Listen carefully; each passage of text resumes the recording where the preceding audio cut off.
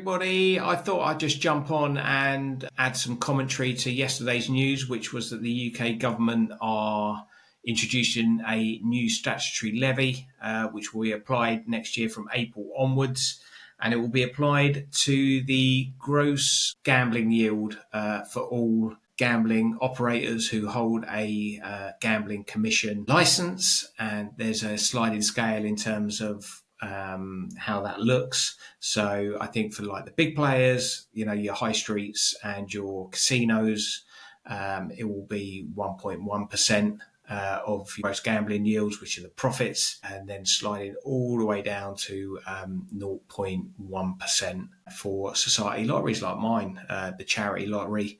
And the whole idea of the levy is to generate £100 million towards the research, prevention and treatment of gambling harms, which essentially will look to improve the industry and make it more ethically aware and socially balanced, which is the purpose of what I'm doing in all of this. So I think a lot of the commentary online it was a positive step forward, that it was the right thing to do, and it seemed to be warmly received on both sides of the industry, both on the operator side and on the charities.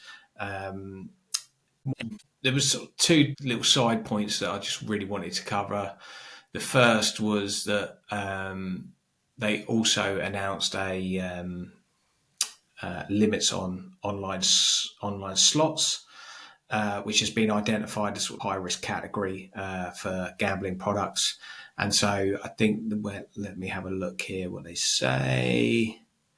So the government are looking to do state limits will be £5 per spin for adults aged 25 and over, and £2 per spin for 18 to 24-year-olds. And this is all based around the vulnerability, gambling related harm with under 25s, and it's a worrying subsector that needs to be addressed. And does this really do much? I don't know. Listen, it's a positive step. Don't get me wrong. Could they do more? Most definitely. I just come as a father of a young boy, and I just feel that there is a growing swell of gambling products that are targeting kids, and these sort of introductory things like social casinos. And with the recent news about Google, who are like social casino advertising on their platforms, it's just something that I'm sort of probably really focused on in terms of, yes, we need to help and reduce gambling harm, but we also need to stop it at the source, and this is one of them. And as this article mentions about the problem gambling severity index, I think is high for any age group, but particularly the under 25s, and that's something that we've got to really look at. Just going back quickly, so how's this £100 million going to be spent? Well, it's going to be spent on those three things. So the lion's share, 50% or £50 million, quick maths, will be going towards the NHS. And essentially what they're going to be looking to do is developing comprehensive support and treatment, and that includes referrals and triage, right? When people identify or put themselves forward as somebody with gambling harm, right through to the end, on the other side in terms of recovery and aftercare, and make sure there's no lapses, and a support framework for them on that front. 30% will be going on prevention, so 30 million. Gotta love these percentages.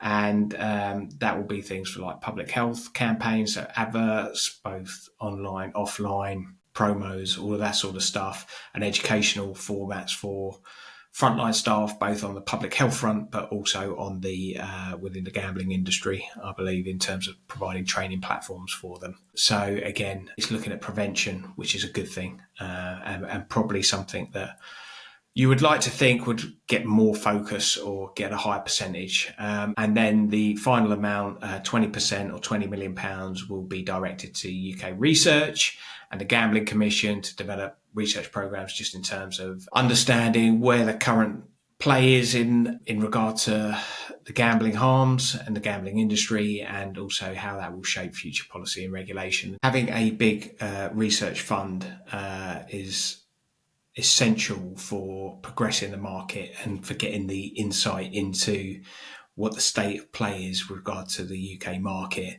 For instance, I think the British Gambling and Betting Association are quoting that 0.9% of the UK population potentially have a gambling problem, whereas recent research shows it at 2.5%. And just that disparity between the two figures, and obviously that's sizable in terms of tens of thousands of people, is something that needs to be ironed out. And percent on this research capacity is something really good. So yeah, as I said, it's been all over the timelines. If you're wondering why I'm wearing a hat, it is because it is freezing outside. It's -1, so I'm saving on the heating. But yeah, thanks for tuning in, and I'll see you the next time there's a big announcement.